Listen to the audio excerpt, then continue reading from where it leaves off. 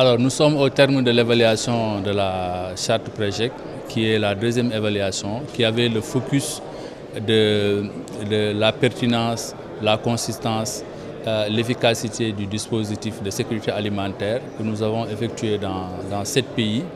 Et cette évaluation a montré un certain nombre d'éléments extrêmement intéressants que nous avons déjà exposés. Et il faut d'abord dire que les plans nationaux de réponse, ce sont des plans qui sont très pertinents, qui répondent à des besoins immédiats des populations et qui vraiment soulagent la souffrance des populations qui sont dans l'insécurité alimentaire et nutritionnelle. Cependant, il y a beaucoup d'éléments d'amélioration que nous avons notés. La première des choses, il nous faut restreindre les réponses. Il faut que les réponses également soient circonscrites sur des temps par rapport aux besoins qui sont identifiés. Donc démarrer une réponse en janvier au lieu de juin, et au mois d'avril, nous avons fini avec la réponse d'urgence. Ça, c'est un élément. Le deuxième élément, au-delà de l'adéquation temps et besoin, c'est la connexion des réponses d'urgence, c'est-à-dire des actions humanitaires avec des actions de développement, pour que ces populations qui sont dans le besoin aient la capacité de produire et petit à petit de sortir de ce cercle vicieux. L'autre élément, aujourd'hui, il y a une montée en puissance des filets sociaux, de la protection sociale. Donc tous ceux qui n'ont pas la capacité de produire, qu'on puisse les connecter avec les filets sociaux réguliers pour une prise en charge sur le long terme.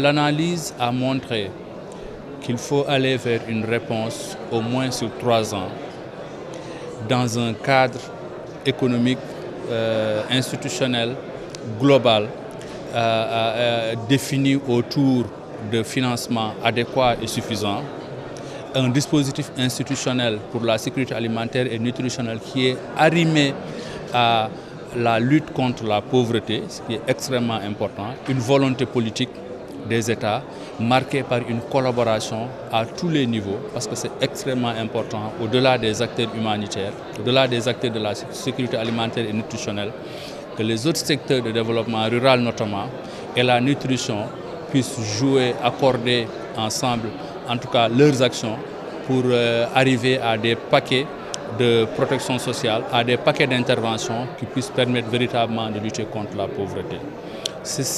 Et ça, pour arriver à ça, il y a également des produits, des supports qui sont d'une importance capitale. Aujourd'hui, les questions de ciblage demeurent un challenge. L'évaluation l'a montré en plusieurs reprises. Et il faut des consensus nationaux extrêmement forts autour du ciblage, autour d'un registre social unique.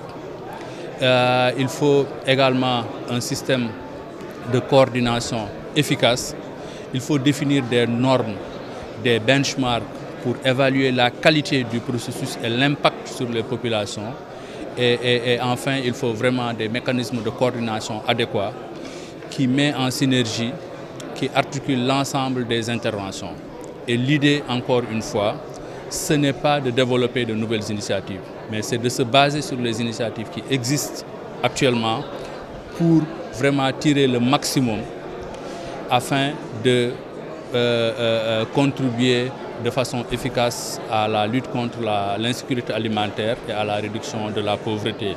Si vous prenez les modèles que nous avons proposés, c'est exactement ce que Agir veut faire. Donc l'idée, c'est comment opérationnaliser. Parce que vous avez des interventions qui combinent des filets sociaux, vous avez un soutien productif qui accompagne les filets sociaux, et tout ça dans un cadre de coordination globale. Et bien sûr, vous avez également les questions de nutrition.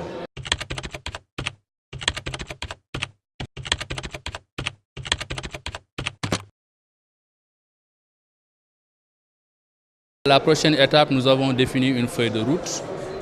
L'idée, c'est une fois que, en tout cas, ces modèles d'intervention et ces réflexions sont validés, que l'on puisse faire un pilote dans un certain nombre de pays, des pays qui se prononcent d'abord, qui ont la volonté politique, qui mettent les moyens, qu'on puisse faire en tout cas des pilotes à ce niveau. pourquoi pas les 7 pays qui ont fait l'évaluation, et puis maintenant les accompagner au niveau régional pour définir les processus méthodologiques et les outils d'articulation. Parce qu'encore une fois, la question de fond, c'est comment articuler les différentes interventions pour avoir une meilleure coordination. Et une fois que nous commençons à mettre en place des plans d'action nationaux, le niveau régional pourra accompagner et à terme arriver à, disons, une mise à l'échelle au niveau de la région.